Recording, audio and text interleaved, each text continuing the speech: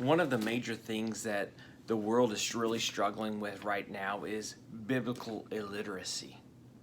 It's at an all-time high. There is a spiritual famine taking place.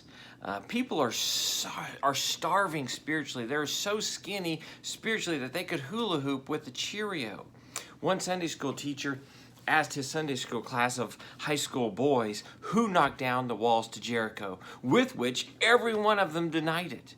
He was so frustrated that at that evening's board meeting, he said that, I asked my boys in Sunday school who knocked down the walls to Jericho, and every one of them denied it.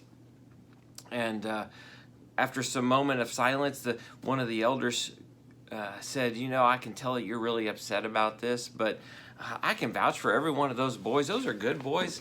I don't think any of them knocked it down. Maybe we should just take some money out of the maintenance fund and fix it.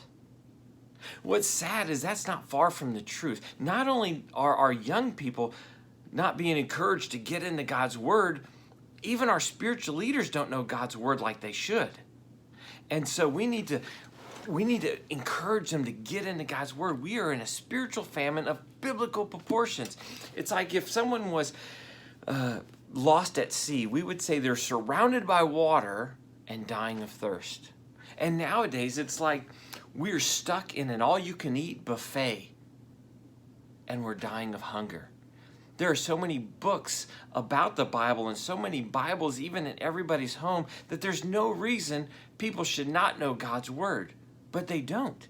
And they're literally starving to death. They're shriveling up and dying of spiritual hunger.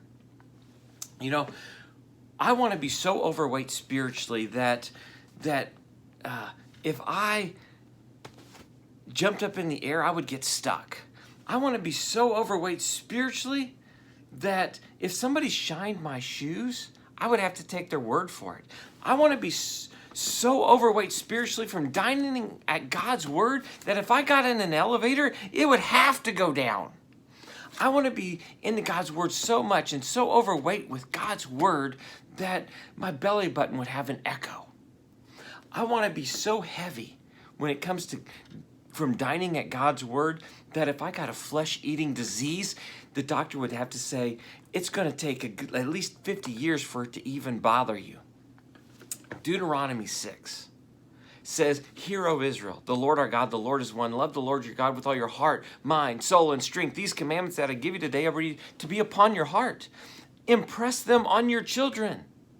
Talk about them when you lie down, when you get up, when you walk along the road, when you come in and go out.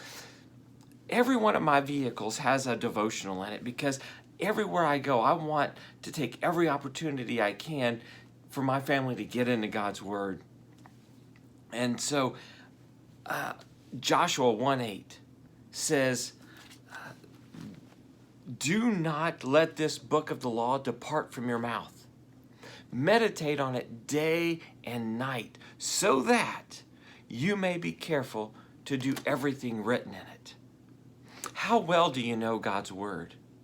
If your spiritual knowledge was put on a scale, how far would that needle go? I hope that you're encouraged to get into God's Word.